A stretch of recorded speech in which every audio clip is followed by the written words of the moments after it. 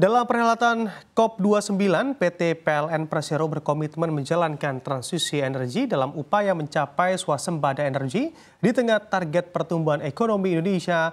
Direktur Jenderal Energi Baru Terbarukan dan Konservasi Energi Kementerian SDM, Enia Listiani Dewi mengatakan, pemerintah ingin mendorong kemandirian nasional dengan menciptakan pertumbuhan ekonomi, green economy dan blue economy, serta mendorong pertumbuhan ekonomi hingga 8%. Enia memaparkan Indonesia memiliki potensi energi baru terbarukan mencapai 13,8 terawatt. Pemerintah pun akan menyusun kebijakan energi dan membuat inovasi baru mengenai perencanaan 10 tahun ke depan melalui Rencana Umum Ketenagalistrikan Nasional atau RUKN yang sebentar lagi akan diluncurkan. Dalam kesempatan yang sama, Direktur Transmisi dan Perencanaan Sistem PLN, Evi Haryadi menekankan bahwa pihaknya berkomitmen untuk mendukung visi pemerintah dalam memaksimalkan pemanfaatan sumber EBT sekaligus mendorong pertumbuhan ekonomi Indonesia. Saat ini, PLN telah merancang pengembangan kapasitas energi terbarukan hingga 75 gigawatt pada tahun 2040.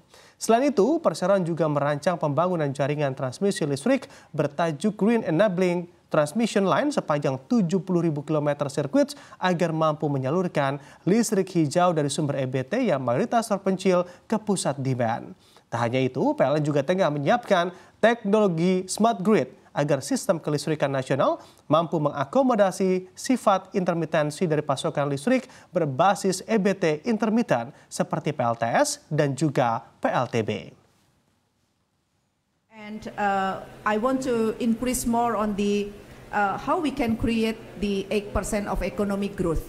So I think we must add the growing industry that support the energy transition, that support all of the component of the in manufacturing industry. We can create more local industry that can join the energy transition.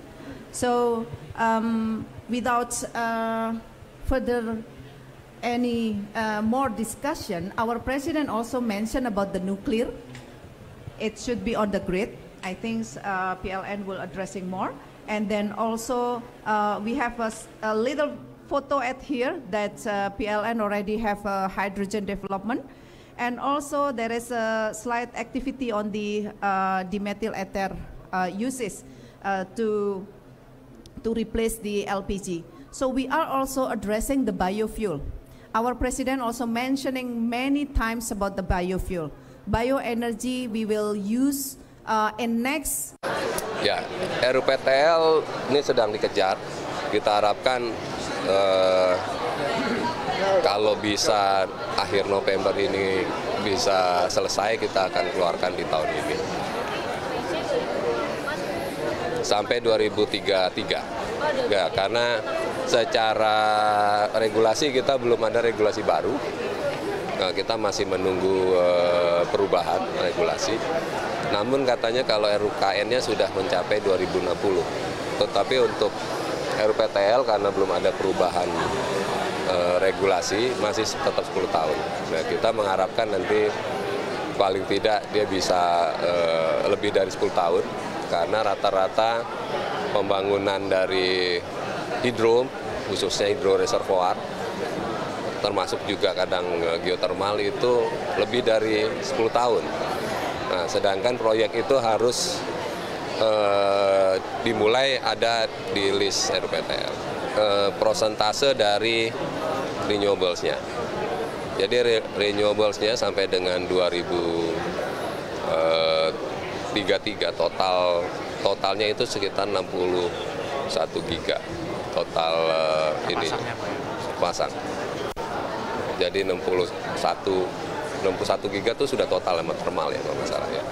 Sebelumnya hanya 40 itu untuk yang saat ini berapa Pak total? Yang saat ini 40, 21 itu renewable, 19 yang thermal. Nah, nanti menjadi sekitar 61, itu double, yang renewable-nya double sekitar 40-an. Nah, kemudian sisanya yang sekitar 15 itu thermal.